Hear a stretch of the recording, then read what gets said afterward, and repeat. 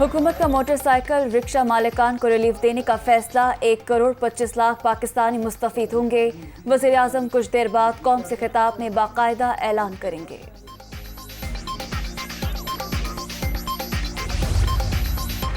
सबको बता दे, कोई गैर यकीनी सूरत हाल नहीं। हुकूमत अपनी मुद्दत पूरी करेगी।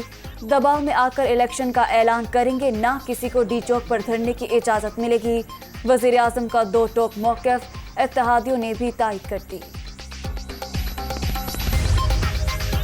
और इमरान खान हुकूमत के साथ मुज़ाकरात के लिए तैयार। जून में इलेक्शन का ऐलान हो जाए तो बाकी मामलात पर भी बातचीत हो सकती है।